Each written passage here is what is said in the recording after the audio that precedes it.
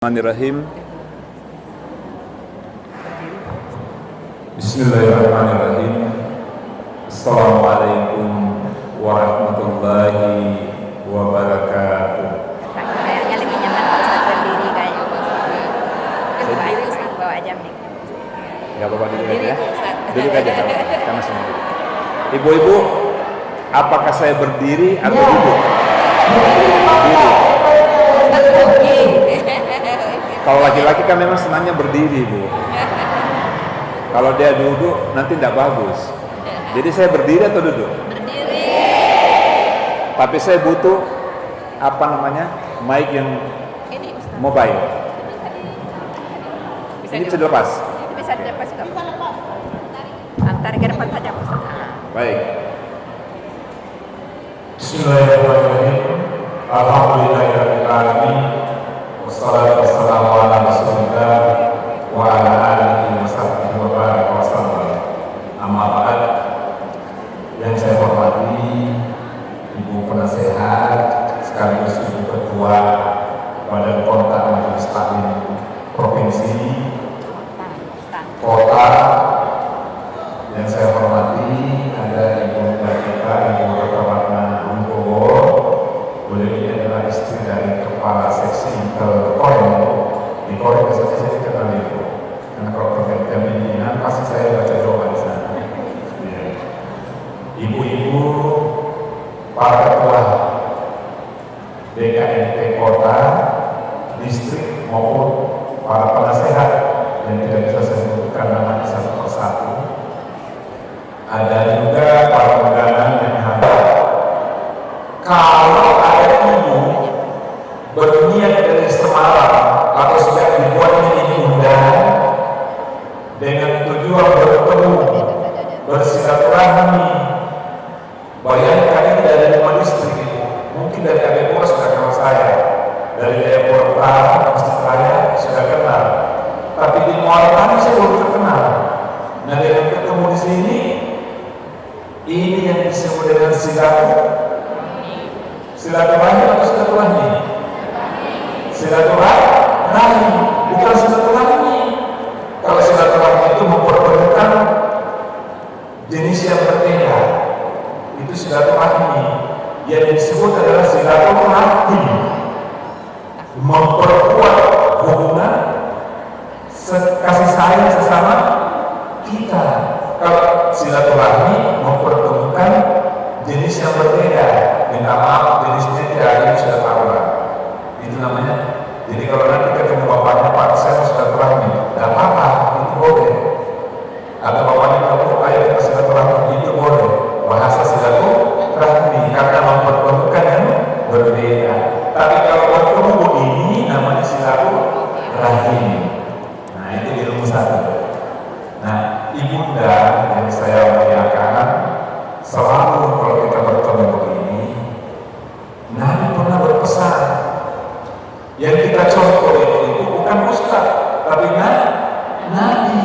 Karena seayat yang sulit toladan dalam agama kita, dalam umat ini adalah Rasulullah Muhammad Sallallahu Alaihi Wasallam.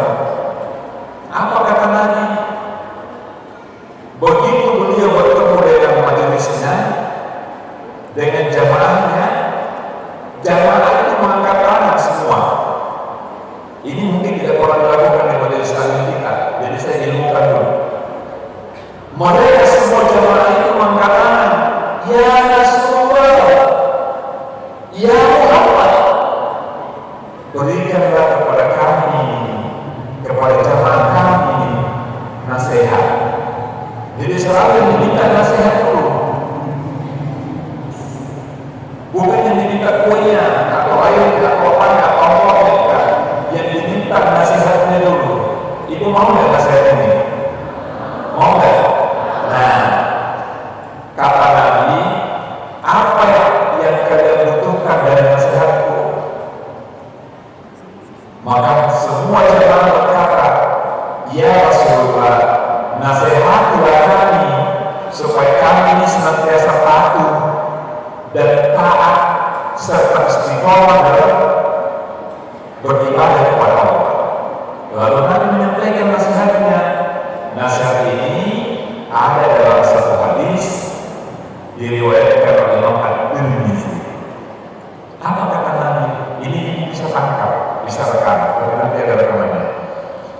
Nabi menyebut, ya sahabatku, wahai jamaahku, wahai saudara-saudaraku se-Islam, seiman, aktiru, sering-seringlah kalian mengingat, sering-seringlah mengingatkan diri kalian. Itu kata Nabi. Zikra yang harus kalian ingat, hasil lesar. Ini menyentuh hati. Nabi menyatakan, hasil lesar. Ibu-ibu ini meninggalkan keluarga dan rumah, minta izin kepada suami masuk ke masjid ini kan, meninggalkan anak-anak kita yang masih tidur atau mungkin lagi aktivitas, begitu kan? Kata Nabi, ibu akan dipisahkan dengan anak-anak ibu di rumah, ibu akan terpisah dengan suami-suami ibu di rumah, ibu akan terpisah dengan sahabat-sahabat ibu walaupun sama-sama datang ke masjid. Hasil lesar.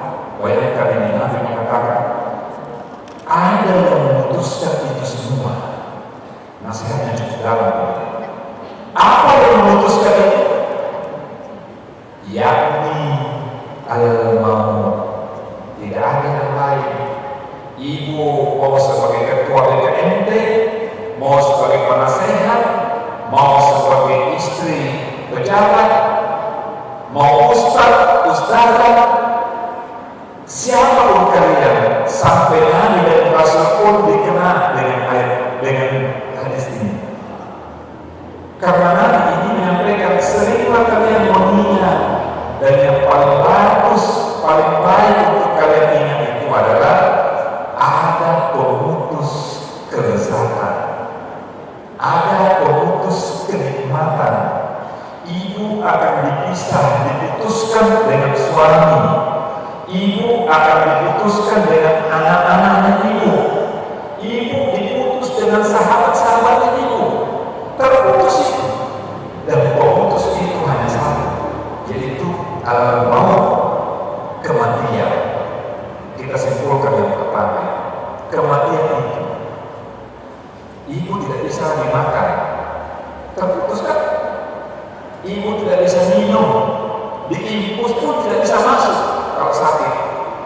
Kalau dia sudah mati, berhenti semua aktivitas tubuh kita, darah berhenti, napas berhenti. Ibu tidak bisa berkumpul dengan suami. Kalau sudah mati itu datang menjemput. Ternyata ibu-ibu, mohon maaf, Nabi pun mengatakan yang diabadikan dalam Al-Quran. Allah katakan, ya Muhammad, wahai Muhammad, sesungguhnya engkau sangat dekat denganku. Nabi ini kan dekat dengan Allah, satu-satunya manusia yang digandeng namanya dengan Allah adalah Nabi kita Muhammad sallallahu alaihi wasallam. Coba ini membaca dua kalimat syahadat. Namanya siapa sih? Asyhadu an la ilaha illallah, nama Allah, wa asyhadu anna Muhammad Rasulullah. Tiga ini. Dan kalau itu tidak digandeng, tidak sah keislaman kita. Tapi Allah menegur Muhammad, Allah menegur Nabi kita Muhammad sallallahu alaihi wasallam. Apa tujuannya? Apa tujuannya? Ya Muhammad, wahai Muhammad, innaka mayyitun. Ibu lihat, innaka mayyitun, sesungguhnya engkau wahai Muhammad akan mati. Wa innahum mayyitun. Maka ingatkan semua jamaahmu, ingatkan semua jamaah masjidmu, ingatkan semua majelis-majelis taklimmu, bahwa mereka pun semua akan menjadi mayat. Tidak ada hidup kekal di dunia ini, walaupun engkau nabi, walaupun engkau rasul, apalagi mereka jamaahmu itu. Maka ingat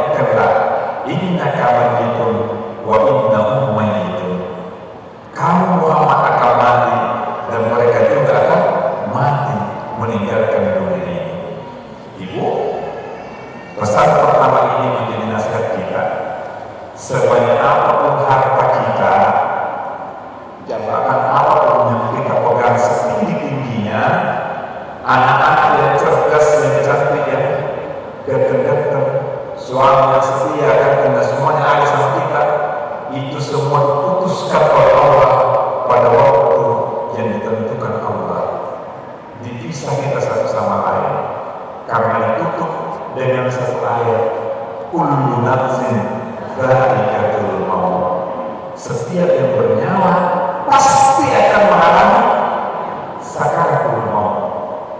Dan sakaratul maut itu tidak bisa dibalik, tidak bisa diisok.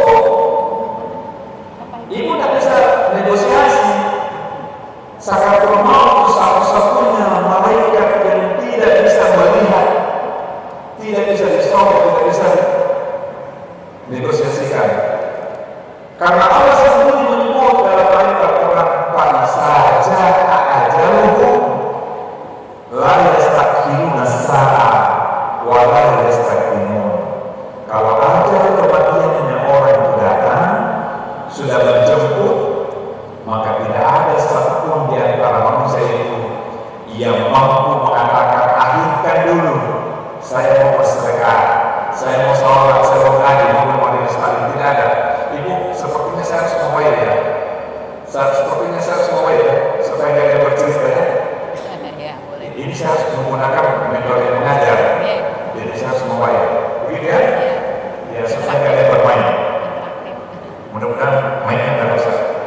Jadi ibu, sekali lagi saya katakan, nasihat pertama, seringkali kalian mengingat kematian. Nah sekarang kita masuk inti dari kajian kita pada pagi hari ini. Ibu, menjadi wanita itu ada ilmunya, apalagi menjadi ibu. Saya mau bertanya, disiapkan dalam kuesnya nanti.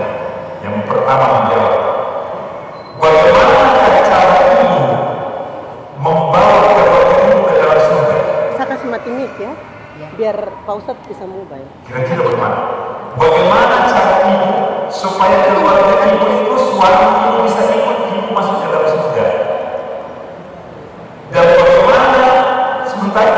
Dan bagaimana seorang suami bisa membawa istrinya ke dalam surga dan juga membawa anak-anaknya ke dalam surga? Bagaimana?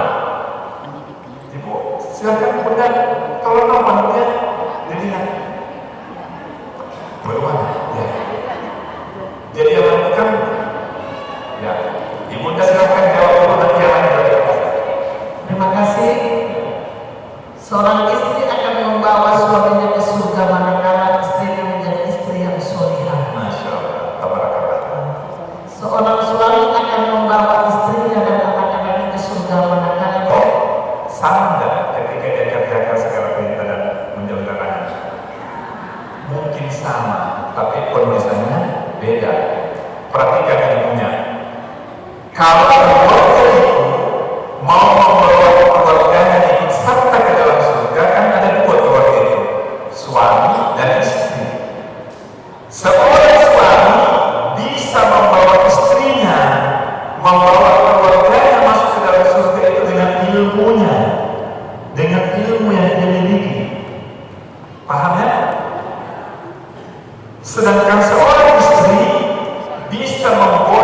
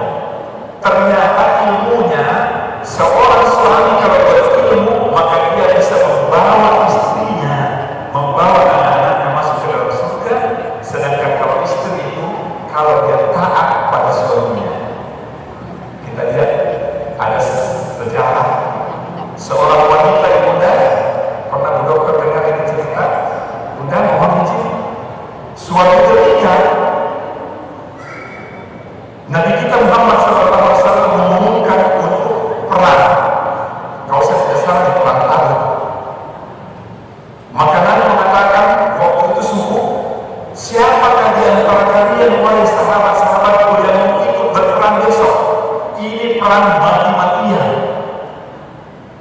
Dan jumlah kita sangat sedikit, ilmu ini jarang disampaikan. Siapa di antara kalian yang mau angkat tangan dan kami ikut sertakan? Maka seorang laki-laki yang baru menikah satu malam, satu hari, mengangkat tangannya, ya Rasulullah, saya mau ikut berjihad di medan perang. Apa kata Nabi? Wahai fulan, bukankah engkau baru menikah kemarin? Laki-laki ini kan? Maka kata laki-laki ini, ya Rasulullah, tapi saya sudah menyampaikan istriku bahwa ketika nanti diumumkan ikut perang jihad di jalan Allah, maka saya akan ikut apapun alasannya. Diputuskanlah laki-laki itu diikut sertakan. Dia sampaikan istrinya, perhatikan ilmu ini. Adik, saya sudah pernah berjanjikan sebelum kita menikah, kalau ada ajakan perang jihad di jalan Allah, saya harus ikut apapun alasannya. Apakah kamu ridho? Insya Allah. Perhatikan, taat istri. Dan ilmu suami menyampaikan kan, insya Allah saya ridho. Padahal baru satu malam merasakan pernikahan. Berangkatlah besok paginya, sang istri ditinggal. Datang utusan kepada istrinya. Perhatikan ibu, ilmu ini tidak jarang disampaikan. Datang utusan dari kampung istrinya. Walaupun ibumu di kampung itu lagi sakit keras, menunggu kau datang menjemputnya. Apa kata istrinya? Perhatikan kata istrinya, maafkan saya tidak bisa menjemput ibuku. Walaupun ibuku sakit. Mana petugas yang datang ini? Mana kamu anak yang berdosa tidak peduli sama ibumu? Pulang. Hari kedua datang lagi. Pulang lagi. Ibumu sudah meninggal. Engkau satu-satunya anak yang ditunggu. Kedatanganmu sangat menentukan ibumu itu bisa selamat atau tidak. Dia bilang, maaf, saya tidak bisa. Saya tidak bisa meninggalkan rumahku karena saya sudah diingatkan oleh suamiku. Ini kata-kata. Saya tidak bisa walaupun ibuku sekarat, saya tidak bisa. Lihat ilmunya sebentar. Pergilah orang kedua dengan mencaci maki si fulan. Dasar kamu wanita yang tidak punya belas kasih kepada orang tua. Hari terakhir lebih parah. Datang keluarganya. Mulai sesungguhnya ibu sudah meninggal dunia, dan karena itu ibu itu meninggalnya seperti ini. Mau dipukul, menangis si fulan sampai bengkak matanya. Karena matanya bengkak, disampaikan kepada suaminya di medan perang, wahai fulan, kembalilah ke rumahmu, karena sesungguhnya istrimu sekarang lagi menangis tak henti-hentinya sampai matanya bengkak. Kita simpulkan ya. Izinlah si fulan kepada Nabi, ya Rasulullah, saya mohon izin mau pulang melihat istriku karena sakit, matanya bengkak karena sedih yang cukup mendalam. Lihat ibunda, di mana yang dimaksud dengan ilmu ketaatan ini? Ilmu ketaatan itu yang mana? Ibunda bisa lihat. Begitu sampai suaminya di rumah, ditanya istrinya, waktu ibu sakit kamu tidak datang, waktu ibu sekarat kamu tidak datang, ibu meninggal kamu tidak datang. Itu semua karena ketaatanmu kepada suami. Maka aku akan ajukan berita ini kepada Nabi. Perhatikan ibu. Datang sang suami, ya Rasulullah, aku mohon berikan nasihat kepada istriku berkaitan dengan ketaatannya kepada aku, karena sesungguhnya ibunya meninggal, ibunya sakit, dan dia sekarang perasaannya sangat terpukul. Mohon diberi hiburan. Lihat, Nabi menyampaikan, wahai fulan, sampaikan dan kabarkan kepada istrimu bahwa sesungguhnya ibunya menjadi penghuni surga.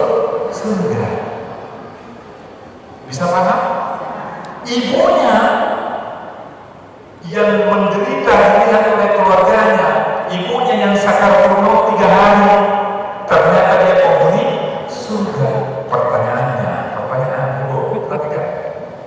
Apa yang menyebabkan ibunya si Fulani ini masuk surga?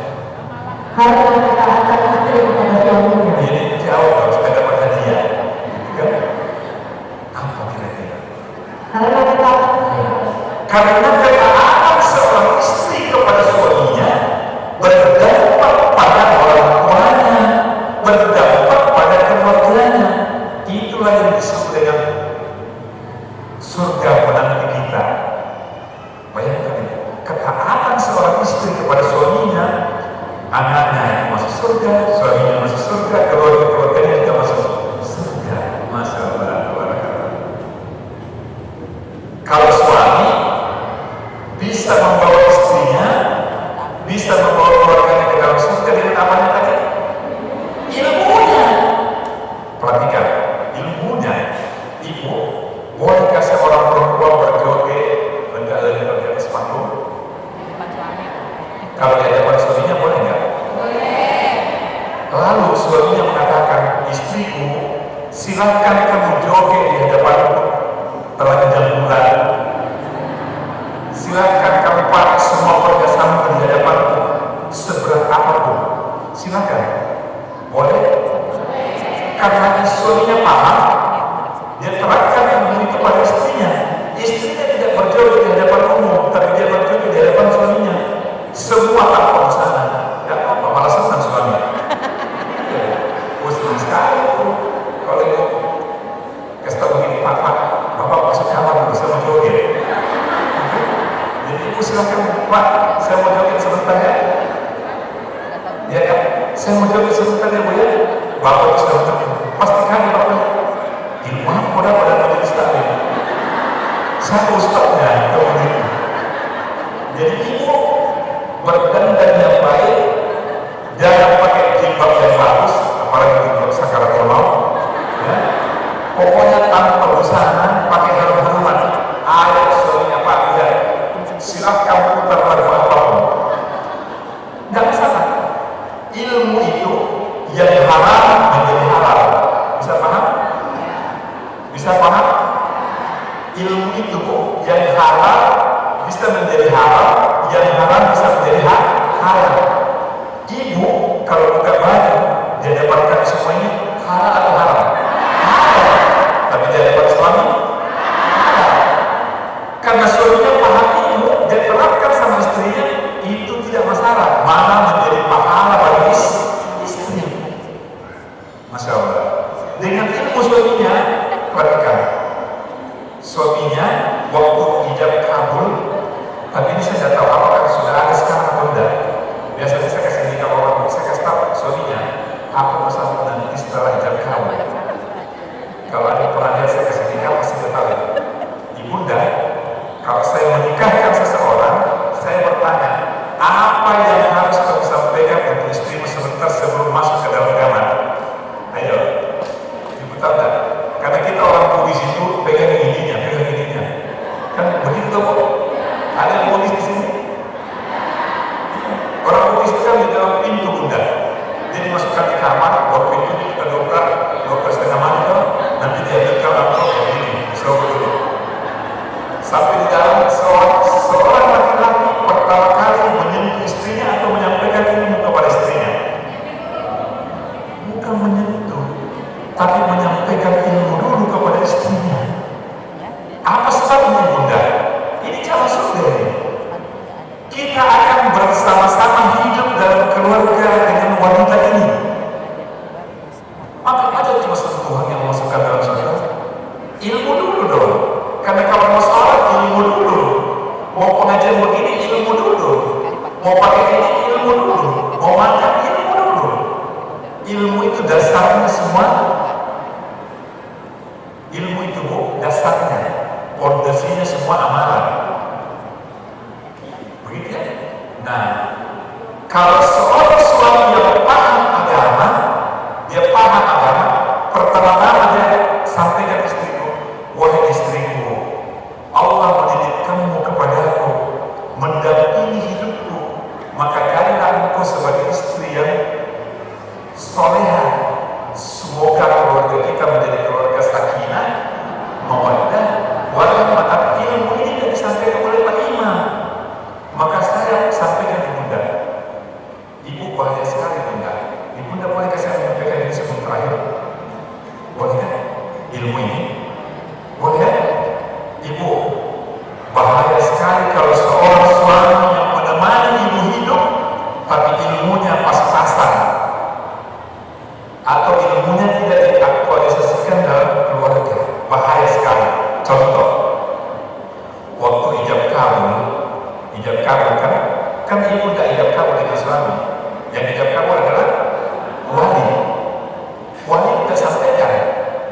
di situ intinya. Pada saat ijab dan kabul, ibu, itu kan berpindah tanggung jawab orang tua kepada suami. Ibu harus melakukan itu. Berpindah tanggung jawab orang tua atau keluarga kepada suami. Lalu, saya sebagai suami memperistri istriku, ternyata istri itu menjadi istri penghancur agama. Kira-kira bisa masuk surga enggak? Enggak. Ibu tahu penghancur agama? Satu saja contohnya penghancur agama. Kalau seorang suami menerima nikahnya seorang perempuan menjadi istrinya, lalu dia tidur pada malam pertama, salah satu di antara mereka tidak mengingatkan pasangannya untuk sholat saja, maka itu menunjukkan keluarga tersebut keluarga penghancur agama. Bahaya sekali. Kita tahu penghancur, kayak ini masjid, tiang-tiangnya dibongkar, bisa berdiri nggak atapnya? Nggak gitu.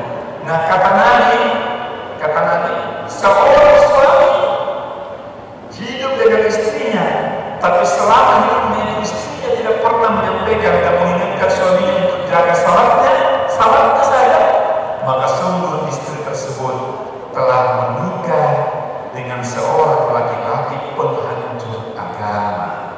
Bahaya sekali. Kita balik lagi. Seorang suami sudah hidup dengan istrinya, melahirkan anak sama-sama dengan istrinya, diberi makan, dibuatkan berkah oleh istrinya yang cantik, rumah yang mewah dengan istrinya yang cantik di dalam. Tetapi istri tersebut tidak pernah mengingatkan suaminya untuk melaksanakan sholat saja, belum yang lain. Maka sungguh istri tersebut sudah hidup bersama seorang laki-laki penghancur agama. Musibah. Kalau seorang suami dan istri hidup lalu punya anak, satu-satunya anak semata wayang, tapi suami ini dan istrinya sudah membangunkan kamar mewah untuk anaknya yang satu-satu itu. Dia kasih sekolah tinggi-tinggi, tidak ada lagi sekolah di atasnya. Dia buatkan apa saja kegiatan yang bermanfaat untuk anaknya, luar biasa untuk menyenangkan anaknya. Tapi dia lupa istri dan suami tersebut tidak mengingatkan anaknya untuk menjaga sholatnya saja. Maka sungguh ayah dan ibu tersebut sudah melahirkan anak penghancur agama. Mau anak begitu? Kalau saya tidak mau jadi. Itulah yang harus dibenahi dari hati kita semua sekarang ini. Mulai sekarang ilmu ini sudah ada, sampai di rumah ingatkan istri, ingatkan suami, ingatkan anak-anak kita, jaga sholatnya supaya mereka tidak menjadi penghuni neraka. Begitu ya? Kalau penghuni neraka berarti dia bukan penghuni surga, sedangkan judul kita adalah surga yang melindungi kita. Cara surga melindungi kita itu ada tiga. Yang satu, yang pertama, didiklah keluarga kita, didik diri kita, suami kita, dan anak-anak kita supaya imannya terjaga. Karena iman itu keluar masuk. Ibu bisa paham iman itu keluar masuk. Iman itu meningkat. Dalam hadis dikatakan al-imanu wala yazidu wala yanqus, yazidu bil ta'at wa yanqus bil maksiyah.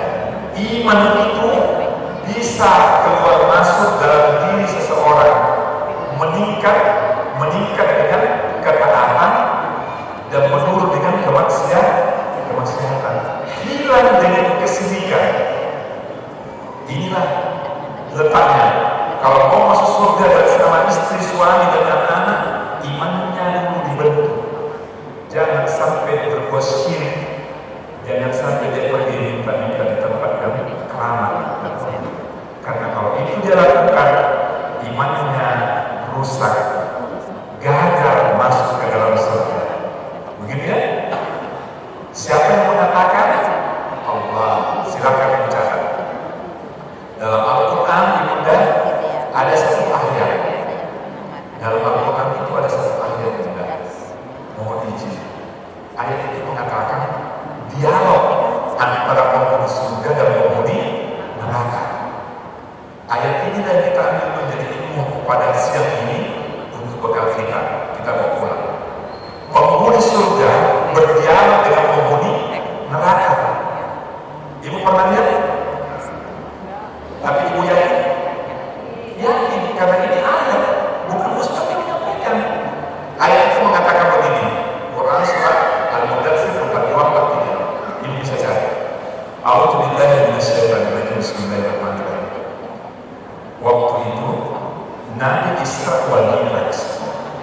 Kemudian Nabi berjalan melintasi surga dan neraka. Lalu dia menyaksikan begitu penduduk surga di atas ketinggian, jadi penduduk surga jadi ketinggian rendah. View-nya dia lihat neraka. Dia tanya penduduk neraka, masalahkamu? Bisa Pak? Pertanyaannya dalam Quran surah Al-Mudaththir 42. Masalahkamu? Bisa Pak? Wahai penduduk neraka, apa yang kalian lakukan sampai masuk dalam neraka? Ini yang bertanya penduduk surga. Ada Pak? Coba ini cari. Quran surah Al-Mudaththir 42. Masalahkamu? Bisa Pak? Apa yang kalian lakukan sehingga kalian itu berada di dalam neraka? Maka penduduk neraka menjawab. Kan ditanya tadi, Bunda, tadi itu bertanya penduduk surga, kok bikin apa sampai masuk neraka? Begitu.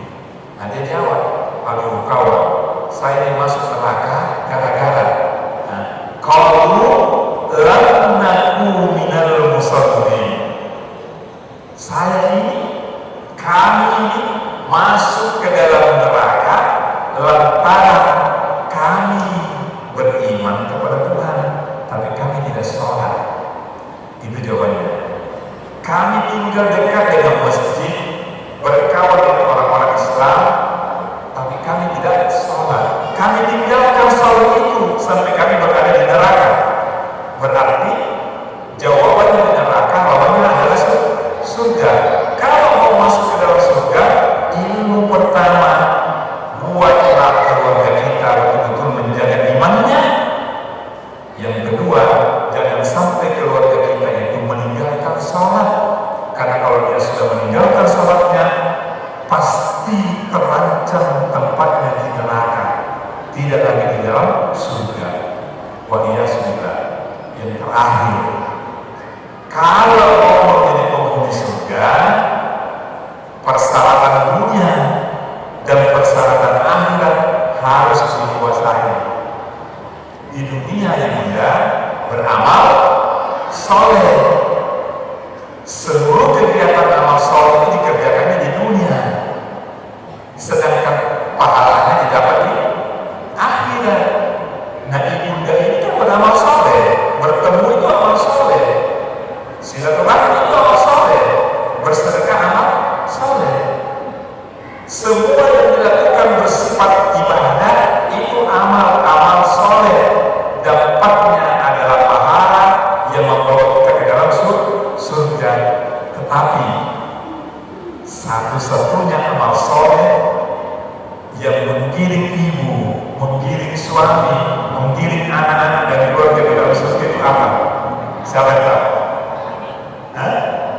Taat sudah tadi kita. Ini satu lagi apa kira-kira? Ayo, yang terakhir ini. Ayo, apa? Satu-satunya amal soleh yang dikerjakan di dunia yang menentukan kita itu posisi di neraka atau posisi di surga. Kira-kira apa?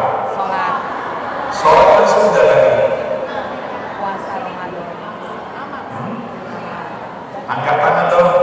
Sirik kan sudah tadi kita. Jauhi sirik dong. Sudah. Apa? tanya di dalam kubur. Ini bukan ini ilmu ini bukan di dalam kubur ya. Kalau dalam kubur itu pertanyaan pertama sholat dan sedekah.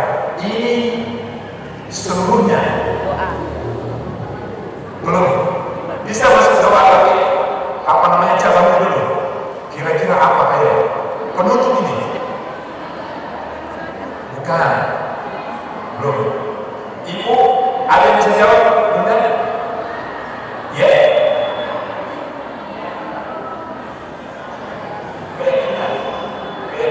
Ibunya?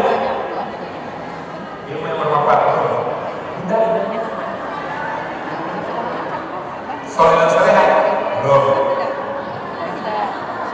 Bukan. Dari apa? Hah? Keikhlasan? Belum. Memang itu juga masuk sampai belum. Rahmat. Belum. Ibu, setiap ibu habis salat, kalau habis salat apa yang dibaca? Apa yang dibaca? Astagfirullah. Astagfirullah itu artinya apa? Istighfar. Artinya apa? Ampunan. Tahu nggak? Jawabannya. Satu-satunya amal ibadah yang bisa menentukan ibu itu tempatnya di surga atau tempatnya di neraka adalah bertaubat. Karena Allah mengatakan tubu ilallahi taubatan nasuha. Orang salah itu amal soleh, sedekah amal soleh, taat amal soleh, ikhlas amal soleh. Tapi ibu waktu beramal, saya kasih contoh. Ibu, saya kasih contoh ya. Ini bu dari saya ya. Ini dari saya. Ayo, ambil contoh-contoh. Nah, saya bilang dari kota itu. Ini dari saya yang kasih. Dia beramal soleh, tapi dia menceritakan tidak sah amal solehnya. Keikhlasannya